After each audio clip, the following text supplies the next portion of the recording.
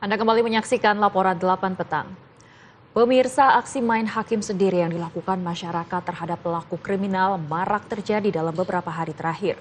Tindakan nekat menghakimi tanpa adanya keputusan hukum yang sah dapat berakibat hilangnya nyawa atau bahkan timbul masalah hukum lainnya.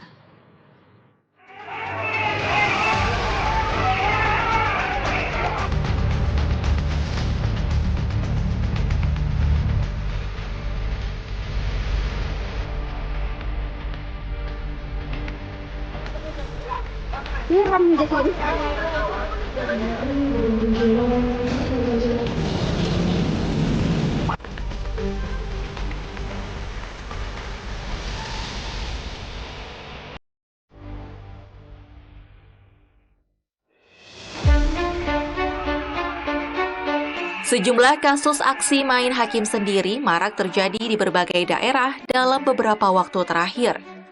Di Kabupaten Tabanan, Bali, aksi pengeroyokan dilakukan oleh sekelompok massa terhadap seorang pria berinisial KD yang terjadi pada 24 Juli 2026. Pria berusia 30 tahun diduga mencuri 2 ekor ayam aduan milik warga. Ketika hendak kabur dari desa, korban dipergoki warga sehingga memicu aksi pengeroyokan. Saat polisi tiba di lokasi, korban ditemukan dalam kondisi kritis dengan luka berat. Bahkan sepeda motor yang digunakan korban juga dibakar massa. Korban sempat dievakuasi ke rumah sakit, namun meninggal dunia dalam perjalanan.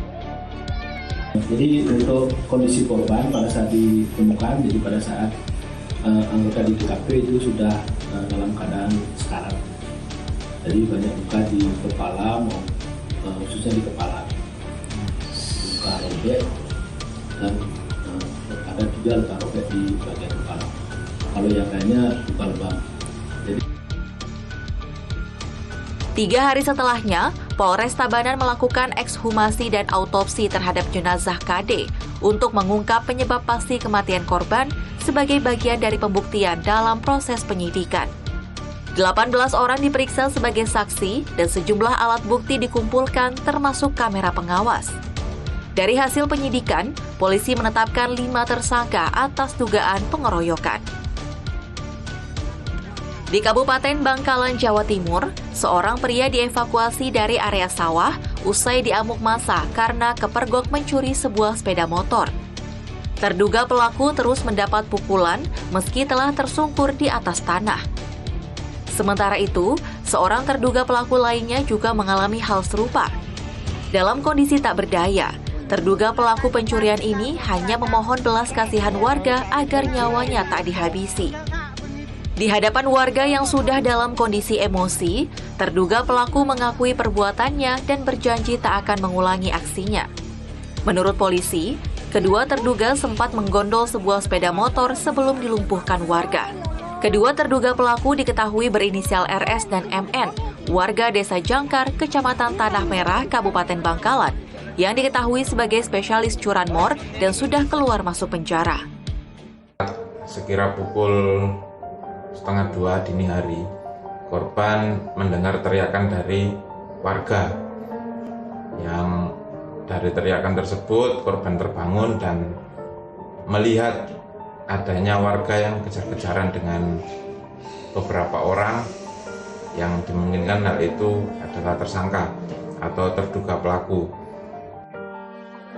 Menurut kriminolog Universitas Budi Luhur Nadia Utami, terdapat beberapa faktor terjadinya fenomena main hakim sendiri, salah satunya adalah emosi kolektif karena adanya emosi dan provokasi. Peran dari crowd psychology atau psikologi massa namanya. Jadi kalau orang udah di dalam kerumunan atau di dalam crowd ya, yang muncul adalah emosi kolektif. Jadi bareng-bareng gitu ya, emosi, ada provokasi. Kemudian kenapa kemudian semua orang, padahal yang dia kadang nggak tahu tuh kasus apa ya, ikut mukulin gitu ya, ikut kemudian main hakim sendiri karena dia merasa itu tanggung jawabnya bukan lagi tanggung jawab individu tapi tanggung jawab kolektif, tanggung jawab bersama tuh. Jadi hilang, biasanya karakter individunya hilang, yang ada adalah karakter dari crowd itu sendiri gitu. Namun, banyak juga masyarakat yang mengecam aksi main hakim sendiri dan memilih menyelesaikan masalah tindak pidana melalui jalur hukum resmi. Tetap harus pihak berwajib yang menangani, ya cuman tapi balik lagi ke SDM-nya, terkadang SDM ya hanya melihat dari pada saat kejadian aja gitu, akhirnya refleks gitu kan, tapi ya tetap tidak dibenarkan. Kalau saya sih nggak setuju ya, untuk seperti itu. Sebetulnya alangkah baiknya kalau memang ada hal seperti itu dilaporkan kepada pihak yang berwajib, kemudian diundang tokoh masyarakat apa benar atau tidak hal seperti itu. Menteri Hak Asasi Manusia Natalius Pigai memberi peringatan keras terkait potensi meningkatnya fenomena main hakim sendiri di tengah masyarakat. Menurut Pigai, setiap tindakan pidana termasuk dugaan pencurian harus diproses melalui mekanisme penegakan hukum, bukan melalui tindakan sepihak yang melanggar hak asasi manusia. Yang benar itu adalah kriminal ditangani oleh aparat diberi wewenang oleh undang-undang. Siapa yang diberi wewenang oleh undang-undang untuk khususnya yang terkait dengan penanganan proses penegakan hukum, maka aparat kepolisian. Di luar selain lembaga atau instansi yang tidak diberi kewenangan, itu tidak boleh. Apalagi yang sifatnya vigilantisme, main hakim sendiri.